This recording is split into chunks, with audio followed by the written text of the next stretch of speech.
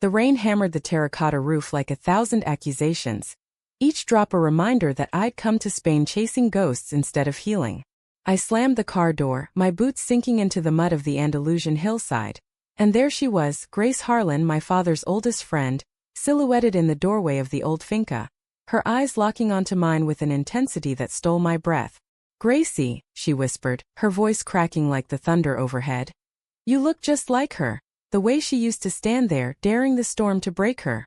I hadn't seen Grace since I was a kid. Back when summers meant barbecues in Dad's backyard in Seattle, her laughter cutting through the smoke like a lifeline.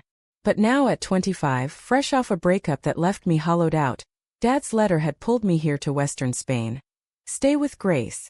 She'll show you what family really means." He died 6 months ago, pancreatic cancer eating him from the inside, and his words felt like a final puzzle piece I couldn't place. Grace stepped forward, her arms opening for a hug, but I froze, because in that split second, her gaze lingered too long on my lips, a flicker of something raw and forbidden that made my pulse stutter. We didn't talk about it that first night. The finca was a relic from her ex-husband's family, all whitewashed walls and wrought iron balconies overlooking the Atlantic, the kind of place that whispered of faded glory. Grace poured me a glass of Rioja, her hand steady despite the storm raging outside, and we sat by the fire, the flames dancing shadows across her face. She was 48 now, lines etched around her eyes from years of squinting at horizons, her dark hair threaded with silver that caught the light like secrets half buried. "Your dad was the only one who knew," she said finally, staring into the wine. "About everything." I leaned forward, the heat prickling my skin. "Knew what?" But she just smiled sadly, changing the subject to the olives ripening in the grove, the way the sea salt seasoned everything here. That night I lay awake in the guest room, the wooden beams creaking like old bones, replaying that look. It wasn't pity for the orphan girl. It was hunger, the kind that simmers beneath propriety, and it terrified me because I'd felt it echo in my own chest, that pull toward women I'd buried under straight-laced boyfriends and family expectations. By morning the rain had cleared, leaving the air sharp and alive. Grace suggested a walk to the cliffs, her voice casual, but her eyes betrayed her, watching me as I laced up my boots, tracing the curve of my neck when she thought I wasn't looking. We hiked in silence at first, the path winding through cork oaks and wild thyme, the ocean a glittering expanse below. "Your dad saved me once," she said abruptly, stopping to pluck a sprig of lavender. "Back in '95 when I was lost. He dragged me to that dive bar in Portland, made me face what I was running from." I turned, heart thudding. "What were you running from?" The words hung between us, heavy as the mist rolling in from the sea. She hesitated, her fingers crushing the lavender until the scent bloomed sharp and sweet. "Myself. And the woman I loved." Her voice was barely audible over the waves, but it hit me like a rogue swell. "Loved." Past tense. But the way she said it, eyes distant yet burning, made me wonder if it was ever truly over. We reached the cliff's edge, the wind whipping my hair across my face, and that's when it happened, the first real fracture. I slipped on loose gravel, my foot twisting, and Grace lunged, her arms wrapping around my waist to pull me back from the drop. Time slowed. Her body pressed against mine, solid and warm, her breath hot on my ear as she whispered, "I've got you." I could smell her, earth and salt and something faintly floral, and when I turned in her hold, our faces inches apart, her lips parted in unspoken plea. I pulled away first, mumbling thanks, but the damage was done. That touch lingered like a brand. Over the next days we fell into a rhythm, or maybe a trap. Mornings meant coffee on the terrace, her stories of Dad painting him larger than life. A dreamer who chased sunsets across continents, marrying Mom in a Vegas chapel because why not? Afternoons we'd wander the markets in nearby Huelva, her hand brushing mine as she pointed out figs bursting with ripeness or handmade espadrilles that made her laugh about her clumsy youth. I was all knees and elbows, she'd say, but her eyes on me said she saw grace in my awkward steps, beauty in my freckled clumsiness. One evening as the sun dipped low, painting the sky in bruised purples, we shared a paella under the stars, saffron rice studded with shrimp, the air thick with garlic, and her quiet confessions. "I came here after the divorce," she admitted, swirling her wine. "Needed to disappear. Your dad wired me money once, no questions asked. Said family wasn't blood, it was choice. I nodded, throat tight, because that's what I craved: choice after years of choosing safe, choosing wrong. My ex, Mark, had been all sharp edges and sharper words, leaving me convinced love was a debt I couldn't pay. That night, emboldened by the wine, I asked about the woman. Who was she? The one you loved? Grace's face shuddered, but only for a moment. She stood, pacing to the balustrade, the sea a black mirror below. Her name was Elena. Fiery like these cliffs, unyielding. We met in college '87, at that women's poetry slam in San Francisco. She read a piece about breaking free, and I fell. Her voice softened, laced with ache. But it ended badly. Betrayal has a way of carving you out. I joined her, our shoulders touching, and for the first time I didn't pull away. Tell me, I whispered, my hand finding hers in the dark. Her fingers intertwined with mine, callous from tending the grove, and she did, haltingly at first, then in a rush. Elena, the activist with wild curls and a laugh that could shatter glass. Their stolen nights in Haight-Ashbury, dreaming of a world that accepted them. But Elena had a secret. A married lover. A man who promised escape from their shared shadows. She chose him, Grace said, voice raw. Left me with nothing but echoes. I squeezed her hand, tears pricking my eyes. That's not nothing. It made you who you are. Strong. Kind. The woman who'd opened her home to a stranger's daughter. She turned to me then, her green eyes searching mine in the moonlight. And you, Gracie, you're making me remember what it feels like to hope. The air thickened, charged, and before I could think, her lips brushed my forehead. A chaste kiss, but it ignited something deep, a spark I'd denied for years. I didn't sleep that night, my body alive with questions, my heart whispering that maybe Dad had sent me here not just to grieve, but to find. The betrayal came subtly at first, like a crack in fine china. A week in, Grace received a letter, yellowed envelope, postmarked from San Francisco. She hid it in her desk, but I found it while searching for aspirin, my head pounding from the coastal humidity. Inside, Elena's handwriting. I never stopped loving you. Meet me in Madrid. Forgive me. My stomach twisted. Was this the truth Dad knew? That Grace was still tethered to a ghost? I confronted her that afternoon, the letter trembling in my fist as we stood in the olive grove, branches heavy with fruit. Is this why you look at me like that? Because I remind you of her. Grace paled, stepping back as if slapped. Gracie, no, it's not like that. But her eyes darted to the letter, guilt flickering like distant lightning. Elena. She's dying. Cancer, same as your dad. She reached out and I didn't know how to tell you. Liar. I spat, the word tasting like bile. You've been using me to fill her void. The accusation hung, ugly and true in its half measure. And she didn't deny it, not fully. Instead, she crumbled, sinking to her knees in the dirt, sobs racking her frame. I wanted to hate her, to storm back to the finca and pack my bags for the airport. But as I watched her break, something shifted. Pity? Love? The line blurred and I knelt beside her, pulling her into my arms, our tears mingling with the earth. That was the first climax, the raw unraveling that bound us tighter even as it tore us apart.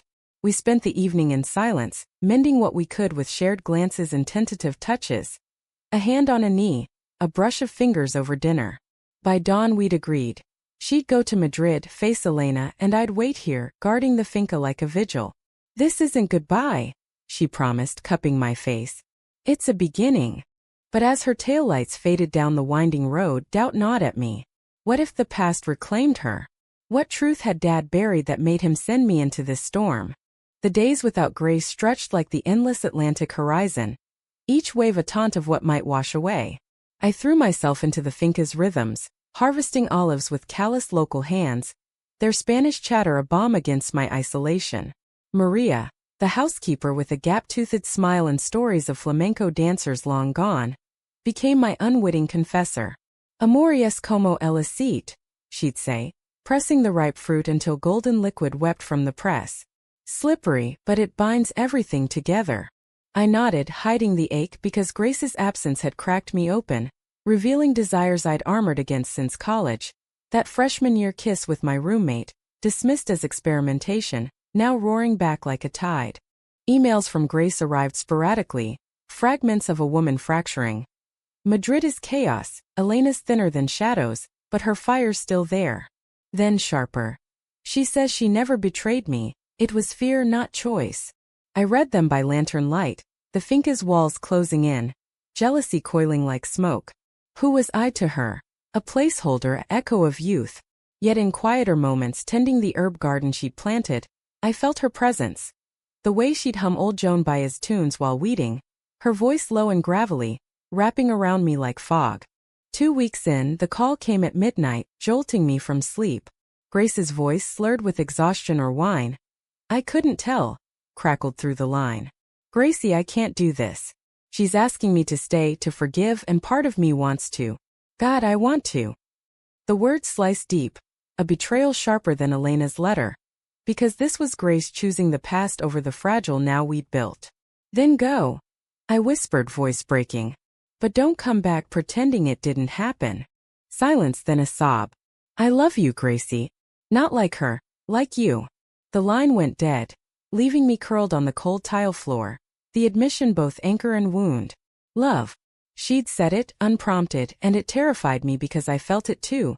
That pull toward her steadiness, her quiet strength that mirrored Dad's but softened with a femininity I'd craved without naming.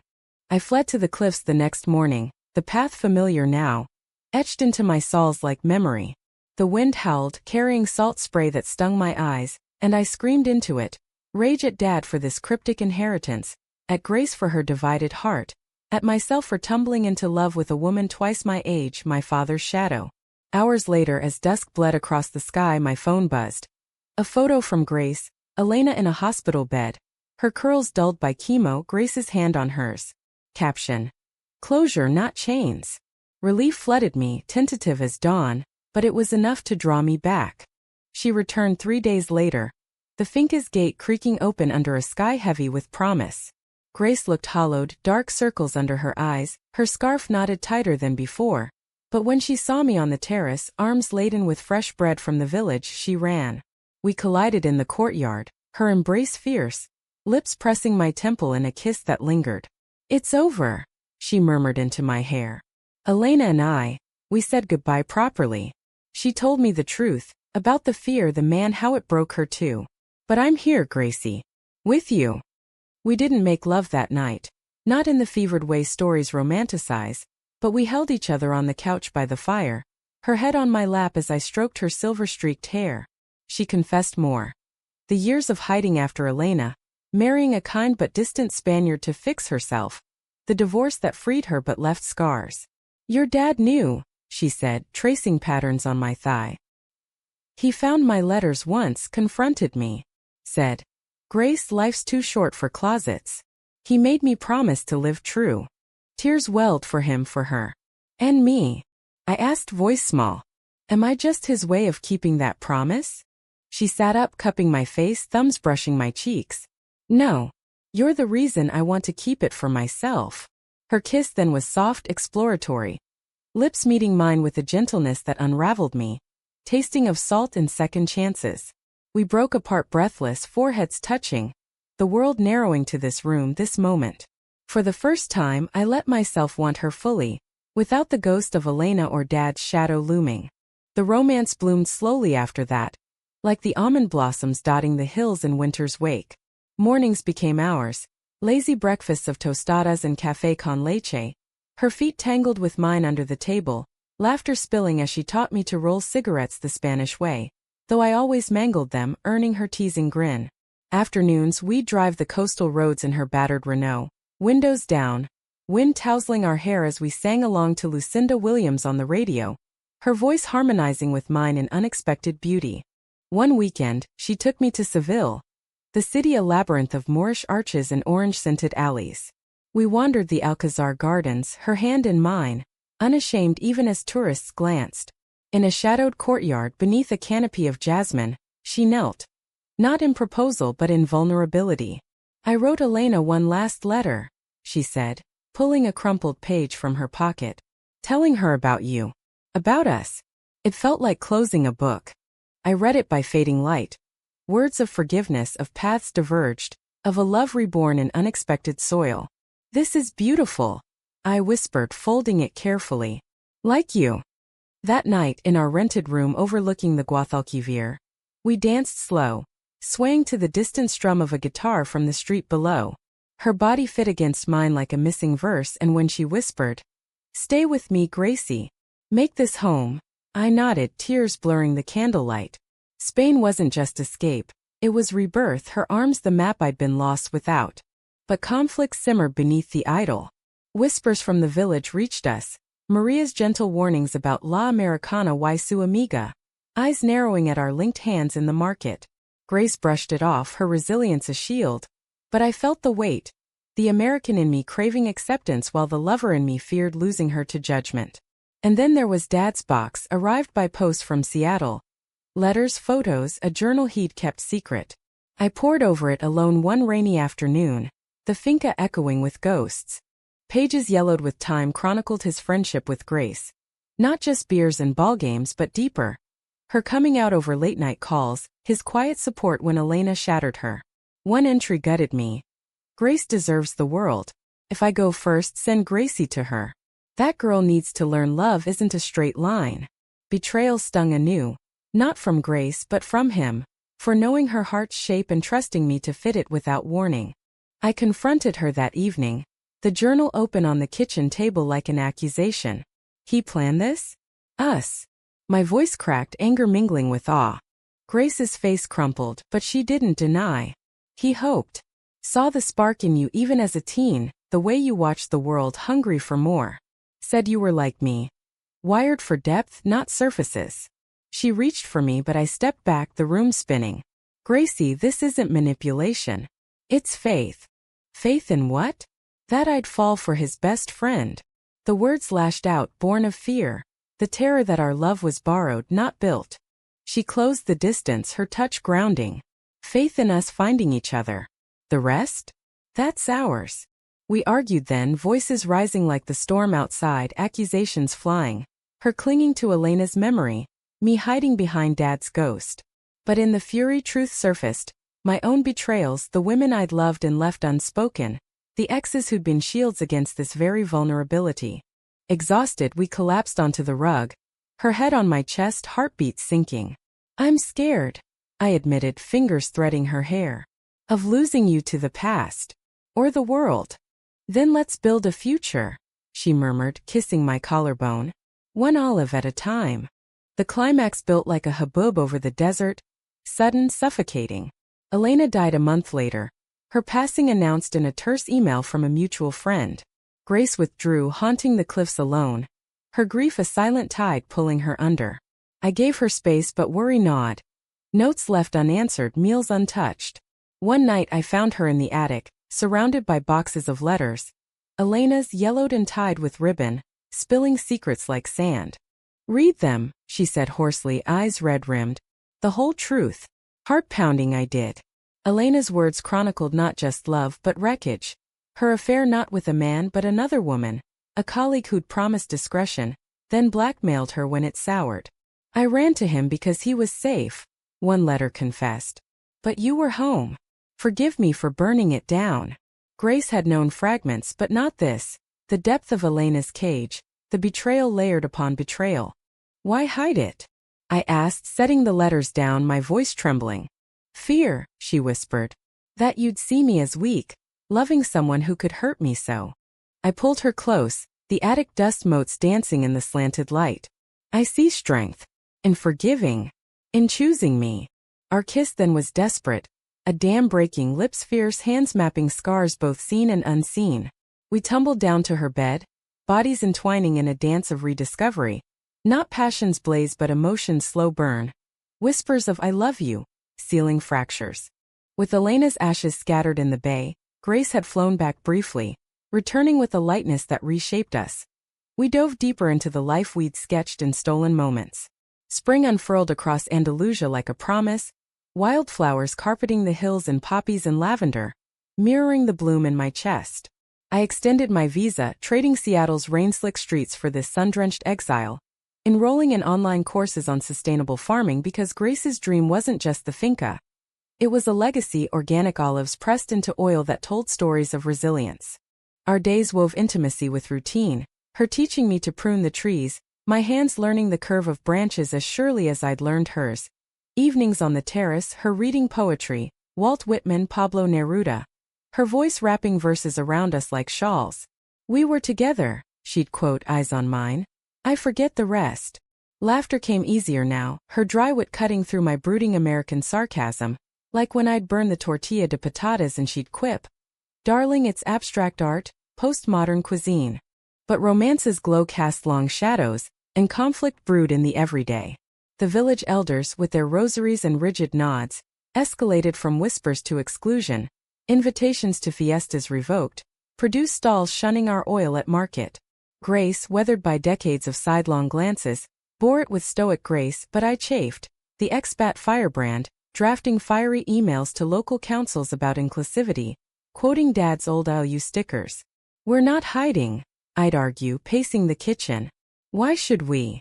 One market day it erupted. Old Senor Ruiz, face like cracked leather, spat at our feet as Grace haggled over figs. Pecadoras, he muttered, sinners, loud enough for heads to turn. I spun, words flying. We're just two women buying fruit, not plotting the apocalypse. Grace pulled me away, her grip iron, but later in the car she shattered. It's not them, Gracie. It's me bringing this on you. The past always follows. I parked on a overlook, the sea churning below like my gut. Then fight it with me. Not against us. Her tears fell then, hot on my hands as I held her face. I came here to escape judgment, not import it. That night we wrote a letter together, to the Village Gazette, anonymous but bold. Love wears many faces. Ours blooms in the groves you tend. Let it. It was published, sparking murmurs, but also a quiet ally in Maria, who left carnations on our gate. Deeper still, my own betrayals surfaced. A care package from Seattle Mom's doing, laced with passive-aggressive notes. Miss you, sweetie. Mark asks after you. Mark, the ex who'd cheated with his assistant, then gaslit me into thinking it was my fault for not trying harder. I'd buried it, but Grace unearthed it one starlit evening, as we picnicked on the beach. Blanket spread, chorizo and manchego shared from fingertips. Tell me about him, she prompted, her head on my knee, waves lapping like confessions. I hesitated, then spilled. The red flags I'd ignored, the nights I'd cried alone, the way I'd convinced myself love meant endurance. I betrayed myself first, I admitted, voice cracking. Stayed when I should have run. She sat up, eyes fierce. Then honor that lesson. With me, run toward, not away. Her kiss sealed it, salty from the sea, urgent with understanding, and in her arms I forgave not just him but the girl who'd settled. The true high tide of drama crested in summer's heat, when Dad's journal yielded its cruelest secret. Tucked in the back, a letter from Grace to him, dated '02. I think I'm falling for her, you're Gracie. God, what have I done? My blood ran cold. She'd seen it then, as a teenager visiting the finca one summer, me at 16, all gangly limbs and unspoken questions. You knew, I accused, thrusting the page at her across the breakfast table, olives forgotten. And you waited? Let me stumble through years of denial. Grace blanched, coffee cup clattering.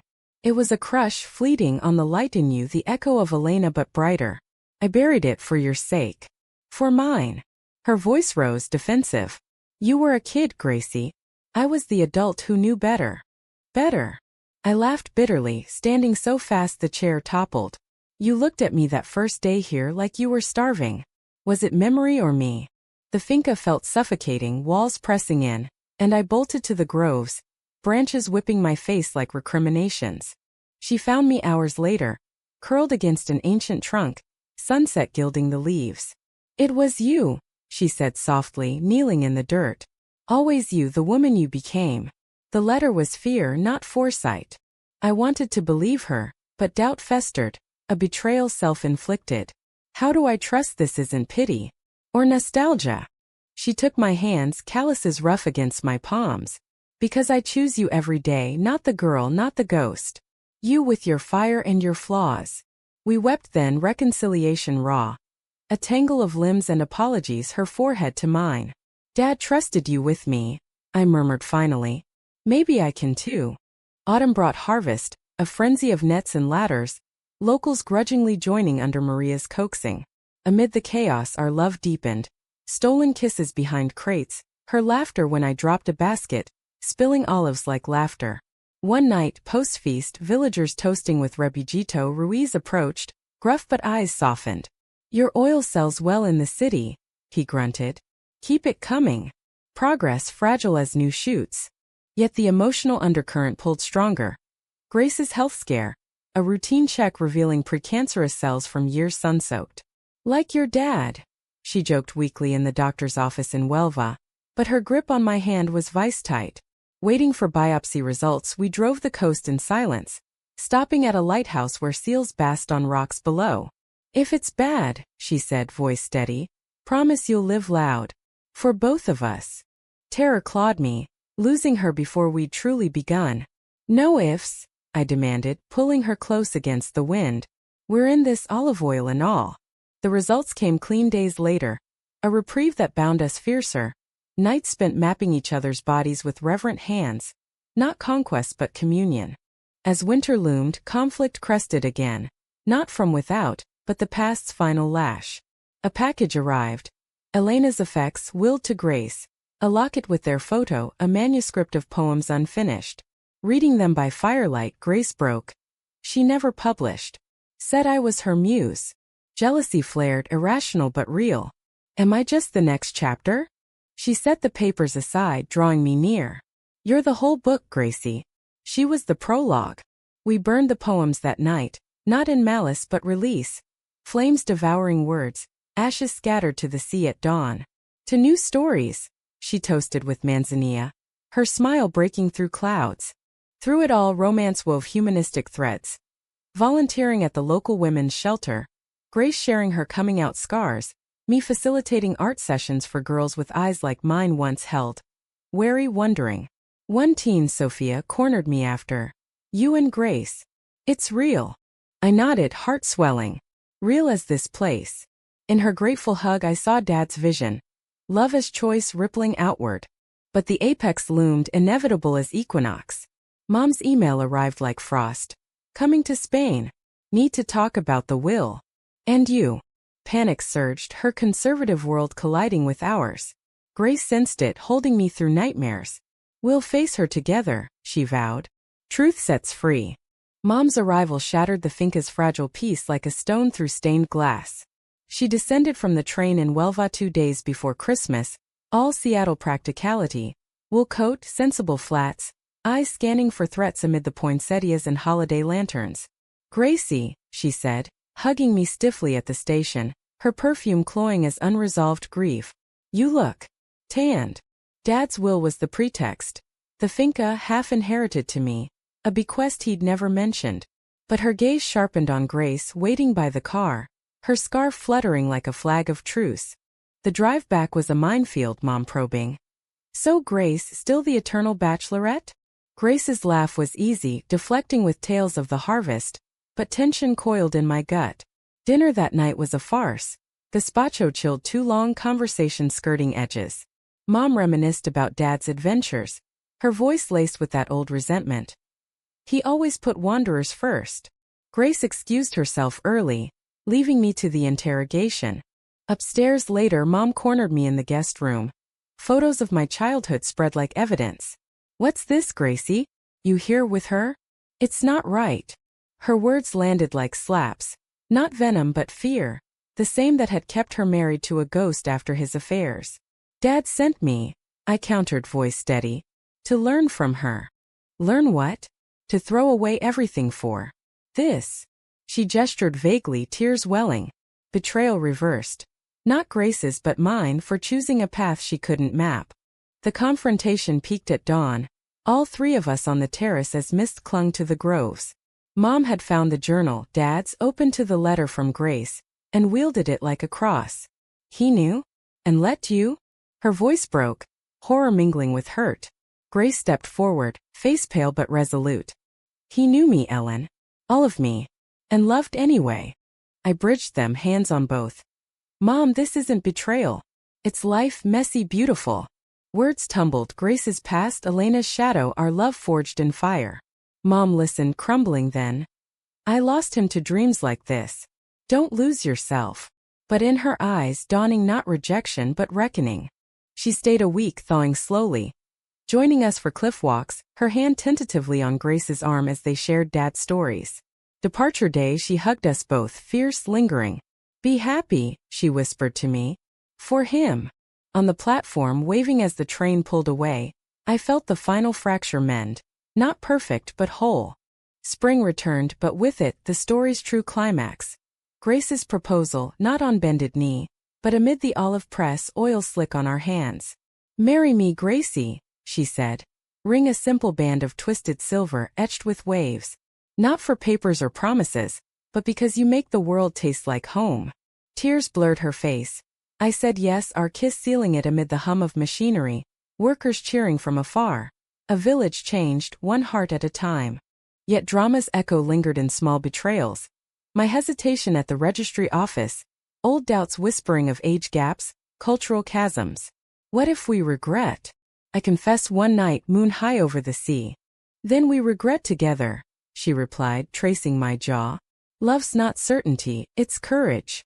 Her words' humanistic core reminded me we'd betrayed expectations, family, society, selves to claim this. The wedding was simple, American heart in Spanish soil. Under the cork oaks, Maria officiating with village blessings, Mom Skyping vows from Seattle. I wore white linen, Grace in a suit the color of twilight, our rings exchanged with Neruda's lines. "I love you as certain dark things are to be loved, in secret, between the shadow and the soul." Laughter flowed with sangria. Dances till dawn, Sophia twirling me, Ruiz toasting gruffly. "To oils that bind." Months later, conflict's embers flared anew, not ours but the world's. News from America. Rising tides against us, laws bending under hate. Grace faltered, old fears resurfacing. Should we leave? For safety.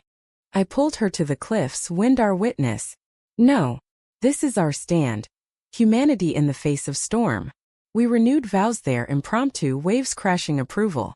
The ending unfolded gently, as autumn wove gold through the groves. A letter from Sophia.